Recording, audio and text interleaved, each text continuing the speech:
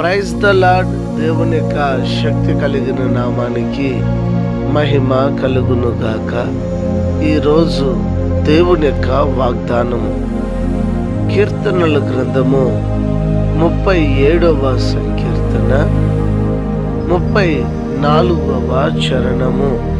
యెహోవా కొరకు కనిపెట్టుకొని ఉండుము, ఆయన మార్గము అనుసరించుము, భూమిని స్వతంత్రించుకున్నట్లు ఆయన నిన్ను హెచ్చించును అని ఇక్కడ రాయబడి ఉన్నది. నిజమే కదా? ఏ వ్యక్తి అయితే దేవుని కోసం కనిపెట్టుకొని ఉంటారో, దేవుడు నా జీవితంలో ఏ కార్యము చేయాలని ఉద్దేశించారో, దేవా ఆ కార్యములను చెయ్యండి అని చెప్పి ఎవరైతే దేవునికి తన జీవితాన్ని ఏ వ్యక్తి అయితే అప్పచెప్తాడో ఆ వ్యక్తిని దేవాతి దేవుడు ఈ భూమిని స్వతంత్రించుకునేటట్లుగా దేవుడు అతనిని హెచ్చిస్తాడు. నిజమే కదా?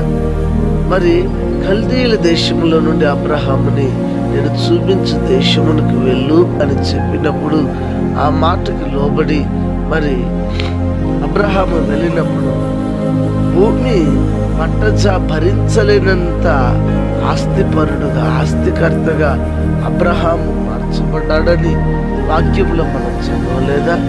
మరి ఎవరైతే యెహోవా కొరకు కనిపెట్టుకుంటారో వారు నూతన బలాన్ని పొందుతారని, వారు మరి దీవించబడతారని వాళ్ళు వాక్యాల్లో మరి వాగ్దానాల్లో మనం చూడలేదా? మనం చూస్తూ ఉన్నాం, చదువుతూ ఉన్నాం. పిల్లరా, గమనించండి, దేవుని కోసం కనిపెట్టుకోండి. దేని కోసము నిరీక్షణతో ఎదురు చూస్తాం.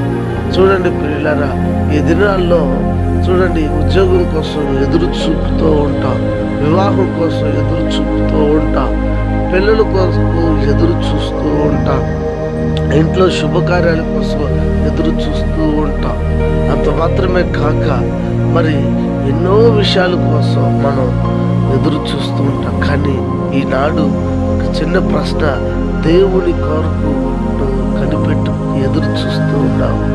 దేవుడిచ్చిన వాగ్దానం నా జీవితంలో ఎప్పుడు నెరవేర్చబడబోతుందని చెప్పి ఆశతో ఎదురు చూస్తున్నావా? అలా ఎవరైతే ఆశతో ఎదురు చూస్తూ ఉంటారో తప్పక భూమిని స్వతంత్రించుకున్నట్లు దేవుడు వారిని హెచ్చిస్తారని లేఖనం సెలవిస్తుంది. తప్పక దేవుడు మిమ్ములని హెచ్చిస్తాడు. కనుక దేవుని కోసం కనిపెట్టుకొని ఉందామా?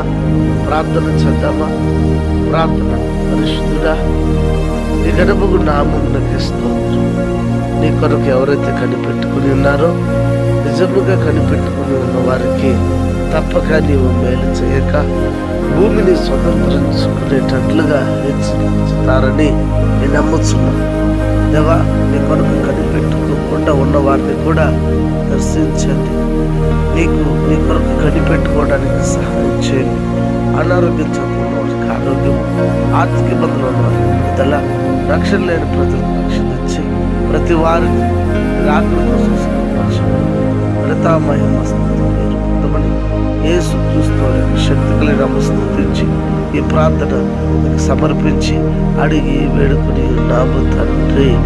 ఆమేన్. God bless you.